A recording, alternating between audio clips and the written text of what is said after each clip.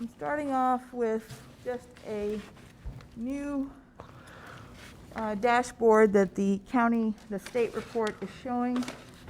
It shows you the new cases by day, the deaths, the positivity rate, and something that we're going to be tracking quite a bit now is the influenza-like illnesses as we get into the flu season.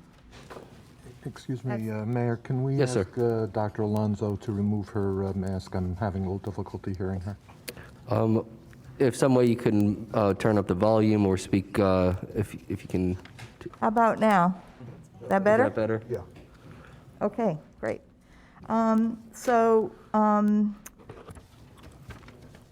This is on the new state report. The dashboard has continued to have new changes. It also now produces a report for the schools. It's under school report, and it basically gives you first the names of all the schools and then the county that they're in, and they're grouped by counties. So anybody can go on there and take a look at the total number of cases in the past week by total cases, total number of children or students, the second one staff, teachers, and others. And then it also gives you a cumulative report or totals. So that's very useful if anybody wants to take a look at those numbers. In terms of our stats here for today, for Florida, you see 717,874 cases, of which 1,400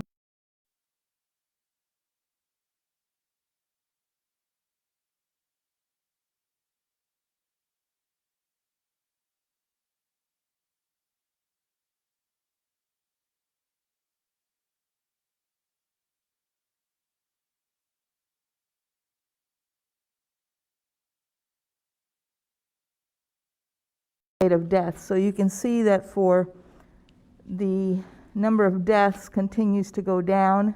So these 41 deaths will be put into these 1 to 2 weeks as the deaths are reported. Our medical examiner in August had 510 cases that they were backlogged on. And as of last week, she was down to 80. So some of these deaths are being reported as far back as July. So you're definitely going to see some numbers.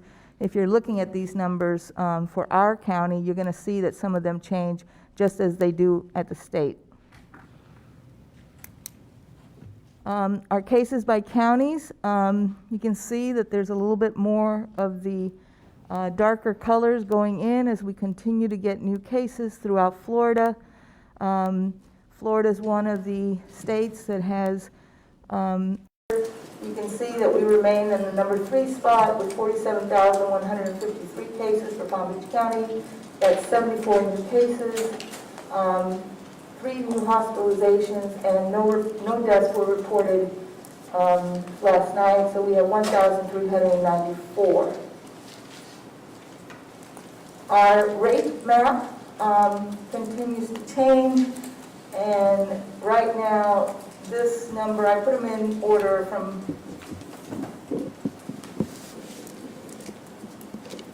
going up higher, right? So Leon County, 3.6, which is Tallahassee.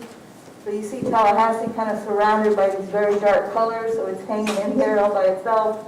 The state is at 3.4, we're at 3.2.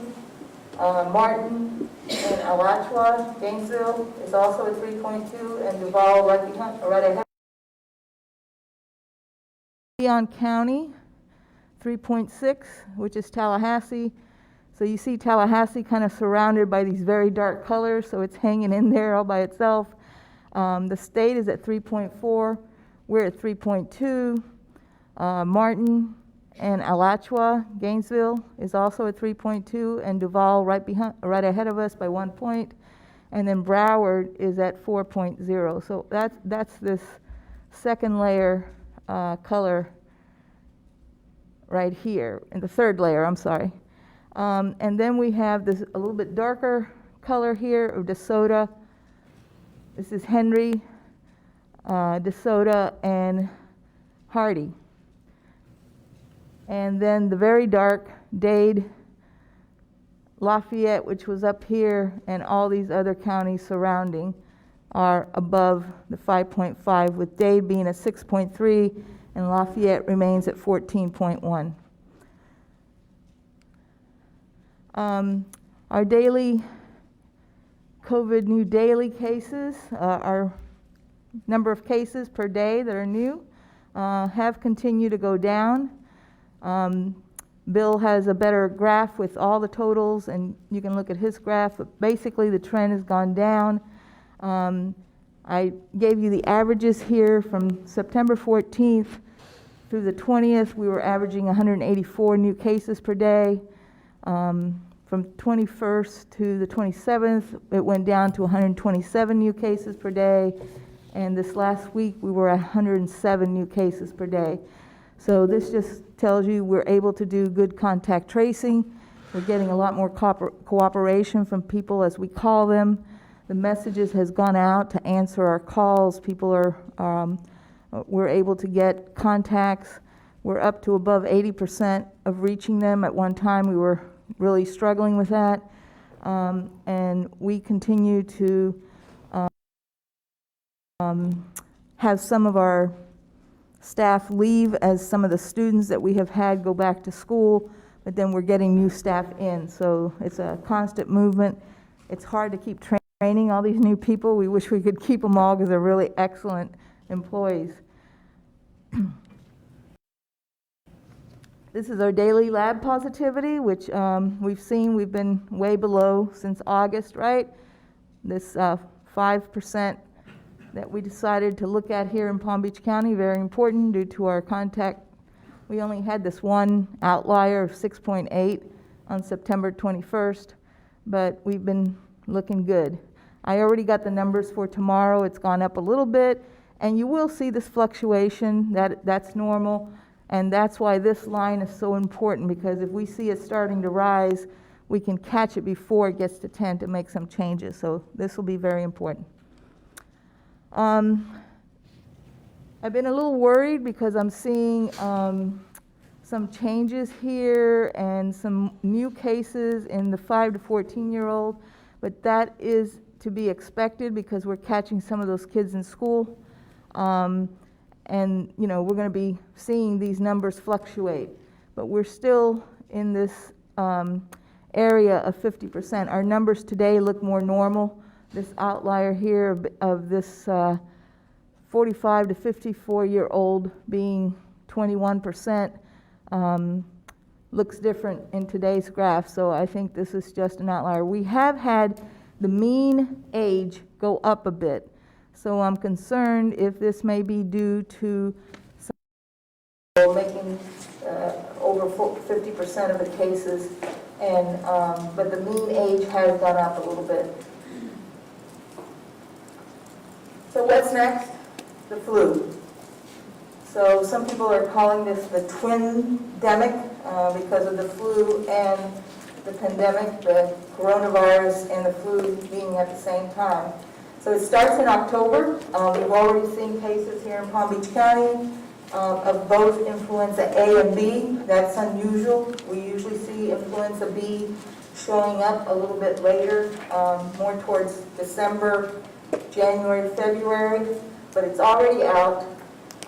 The symptoms are exactly the same as COVID. So I expect to see the influenza-like illnesses in the emergency departments go up because they're going to be screening for both, and they're both the same. We have a lot of admissions during the flu. The hospitals usually are very, very busy, so we have to make sure that we can keep the COVID more towards December, January, February, but it's already out. The symptoms are exactly the same as COVID. So I expect to see the influenza-like illnesses in the emergency departments go up because they're going to be screening for both, and they're both the same. We have a lot of admissions during the flu. The hospitals usually are very, very busy, so we have to make sure that we can keep the COVID admissions down so that the hospitals are able to accept and not get overwhelmed with the flu folks coming in. So if a person has the typical fever, cough, sore throat, those types are exactly the same. You're not going to be able to tell unless you get tested. So please don't rush out to the emergency room, because that's going to overwhelm our system. What you need to do is to contact your doctor. You can get tested for both influenza A and B. They can give you a test. They can also give you antivirals. I bring that up again in my next slide. But it's very important that we do not just go running to the hospital to get tested. They do not do that. They don't test unless they admit the folks. So please don't overwhelm the emergency rooms. So that's this danger to the community, that as a result of all these people running, that we will overwhelm our hospitals, not with COVID, but with people with the same symptoms rushing to the hospital. This is just to show you the previous 3 seasons, what it looked like, and our last 2019 to 2020. They go by weeks, so week 4 is the 4th week of January, okay? And week 52 is the end of December. So you see that in past seasons, we kind of peaked in February, right after the 4th week. So around week 5 was our peak. That is pretty what we've usually seen, with a little bit of a start here right in January. This last year, that peak, we had one peak way back here before week 48, so more starts in October, and it moved up here. And then this really large peak right before January, and then another peak in February, and then it went on down. So it'll be interesting to see what it looks like now, because this is the percent of the ER visits that are discharged with the diagnosis that include influenza. So those COVID-like symptoms are going to be mixed in with these numbers, and this is the percent of the visits. So at our peak, right at the end of December, we had 5% of the cases in the emergency room were due to influenza, and those kinds of numbers can overwhelm the hospitals. So what can we do to prepare? We need to continue to use our masks. Hopefully, some believe that maybe because of the use of the mask and our hand washing and sanitizing that we're doing now, that's actually going to bring the flu season peak down. That is very hopeful, and if we keep that up, we can do that here, especially in Palm Beach County. The other thought is that because of both being together, that we're going to have a little bit more of a problem. So that leads me then to the make sure that you get your flu shot. If you've never gotten your flu shot before, now's the time to do it. The flu shot does not give you the flu. The flu vaccine is an inactive form of the virus, and what it does is makes your body produce the antibodies to protect you to the different strains of the flu vaccine that are in the vaccine. So if you get sick with the flu after you get the flu shot, it's probably because you came in contact with someone with the flu prior to getting your shot. It takes 2 weeks for those antibodies to build up in your body to protect you from the flu shot.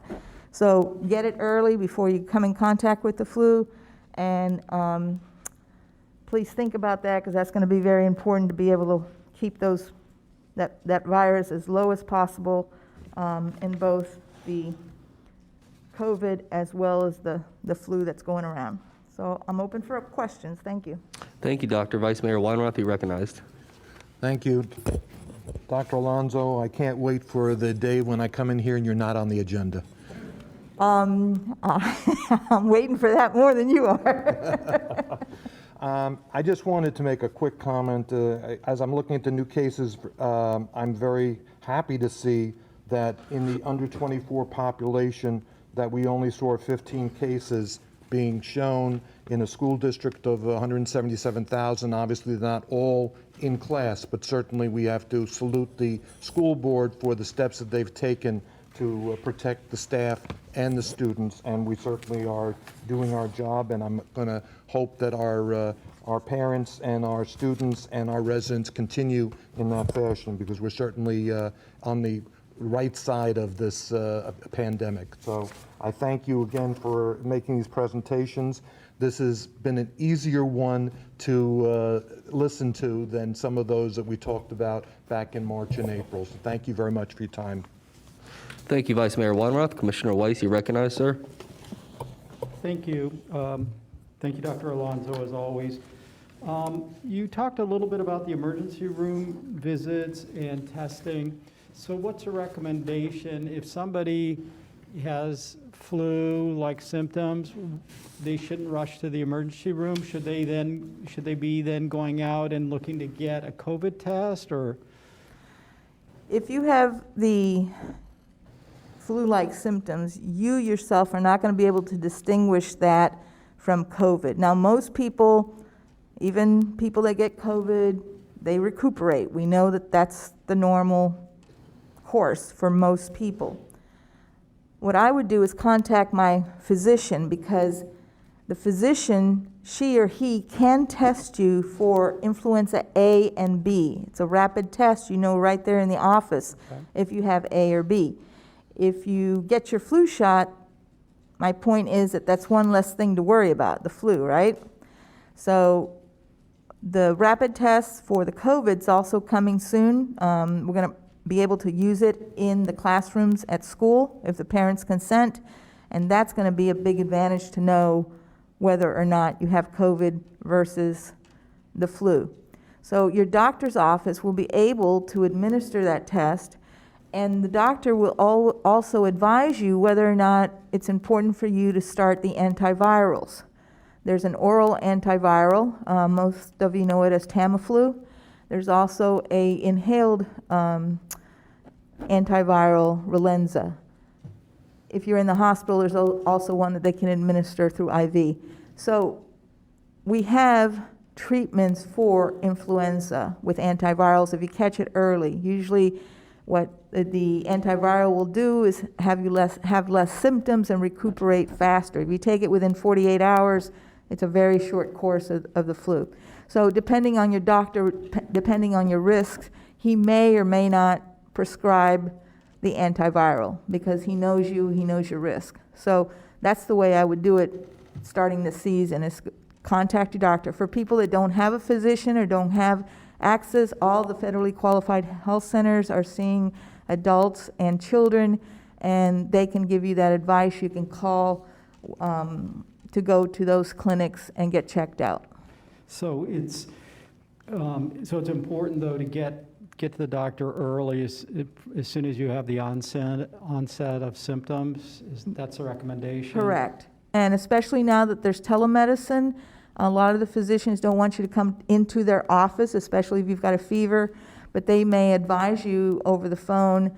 And because they know your history, they know your symptoms and, your comorbidities, they can address you, and they may perhaps just tell you, here's the prescription, go get it over the phone, or they may ask other questions and then therefore appropriately get you tested for the influenza A or B, and then be able to rule out if it's a possibility of COVID. Okay. And then recently we've had a high-profile case of COVID in this country, and one of the things I would appreciate if you could advise people on, if you test positive for COVID, what should you and should you not be doing? Well, obviously, now that we're able to get a hold of people much easier, as soon as we get that case, we're contacting that individual. We're telling them to stay home, continue to wear your mask at home if you're comfortable, and even if you have a fever, or a lot of people are asymptomatic, but the idea is to stay home for the number of days that the contact person tells you to stay home for. And we calculate that based on when your symptoms appear and so forth. So it's a bit of a conversation with the contact tracing. I think nationally what this has shown is how important true contact tracing is, and that there's science behind it, And it's very specialized people who do this. This is not just operators on the telephone that some of these companies have hired for contact tracing. That doesn't work if that's all you're doing. And then the other very important part would then for you to tell who you've been in contact with, so those people can go into isolation. So the person with the disease is in quarantine, and the persons who they've been in contact with, who will be told to stay home and watch for symptoms, those people, it's called isolation. So the terms are sometimes intermingled and people don't understand the difference. So that's why it's very important to talk to that person. And whether or not you're put into isolation, whether or not, for example, in the schools, we take a child out of the classroom or not, depends on a lot of factors. It's not just because, let's say we have an outbreak here, and I'm not going to worry about catching anything from you. You and I are both wearing our masks. We're more than 6 feet apart. I'm not going to have to go home because you have COVID. Now, if we are in close contact and we're not wearing our masks, then all those people that you're in contact with definitely have to be checked.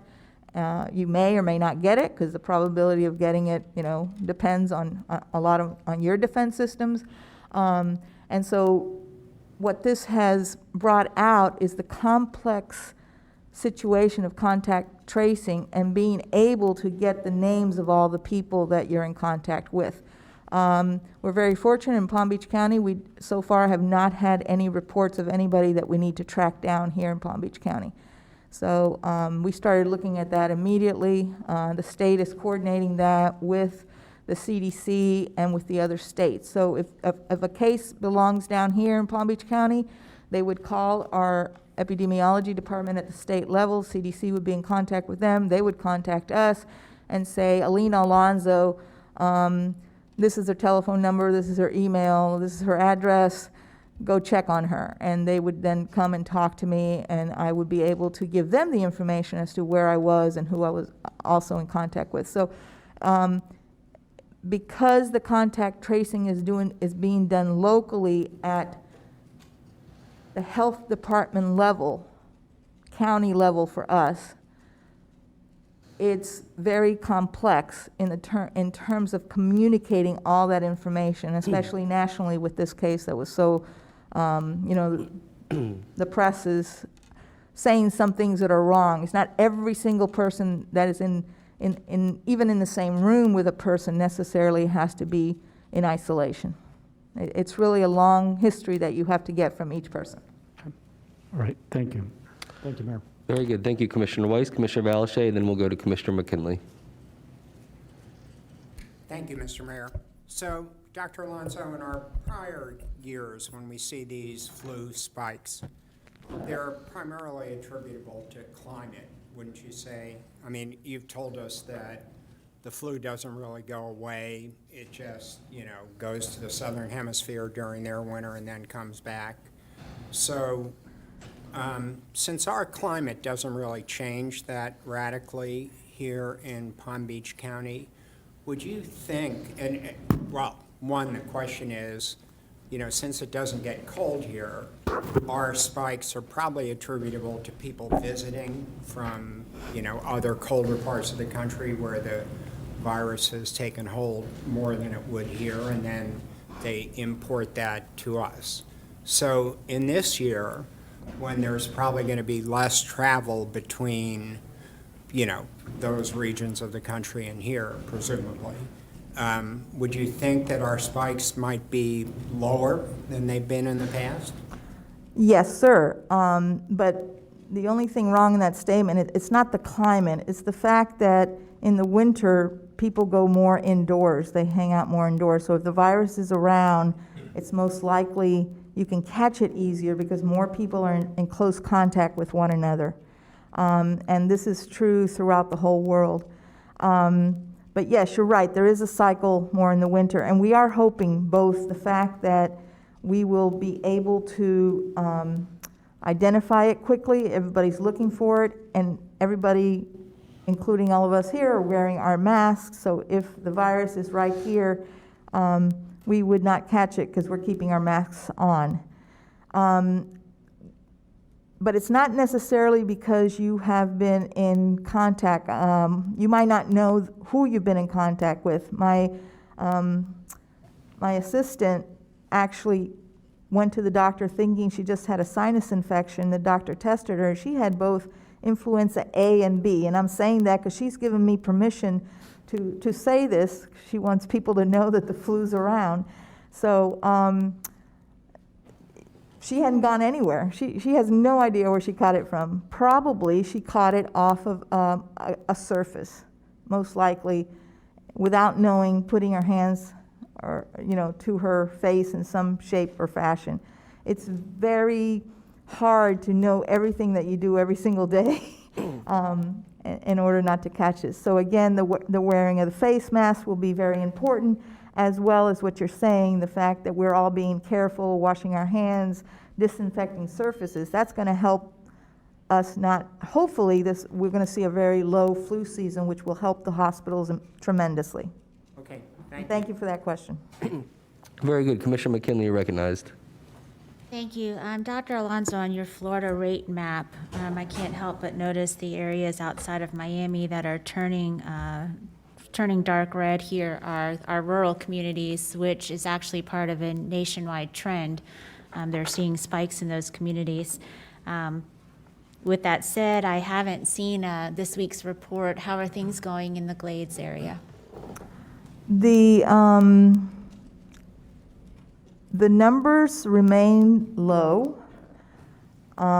We now have a very well-known site. I think the community is very aware of where they can go for testing. We're still encouraging testing. And where the numbers are somewhat increased, we immediately ask the municipality, with the help of the Emergency Operations Center, that they go out and have spot testings with the vehicles that we now have that are mobile. We now have the other big van, so Scout and Warrior are both out there. And so we can very easily go to those hot spots and do further testing to identify where it's coming from and how to prevent it. So, so far our numbers have been manageable, and we're able to act on them very quickly, both in the Glades and some of the other hot spots that we're seeing. So instead of looking at the whole zip code that was very misleading, we now can zero in on those particular areas. And with our municipality call that we do once a week, we're asking if any of them need any help, make sure that they contact the emergency division, and they can go out and do testing for that area. Okay. And I really- also the meeting that we had with the agricultural that you sponsored, that's going to be very useful for our agricultural workers and the farmers out there. Yeah, I really want to thank Nancy Bolton and John Van Arnhem for working with Commissioner Freed's office and getting that call put together. Also like to highlight my good friend sitting in the audience, South Bay Mayor Joe Kiles. I recognize you with your mask on, sir. But thank you for your community efforts in distributing food and getting people to testing, and also encouraging people to fill out their census. You and the mayors in the Glades are true leaders, and it's nice to see you this morning. I have one other question, Dr. Alonso. You mentioned the symptoms of the flu and COVID being similar.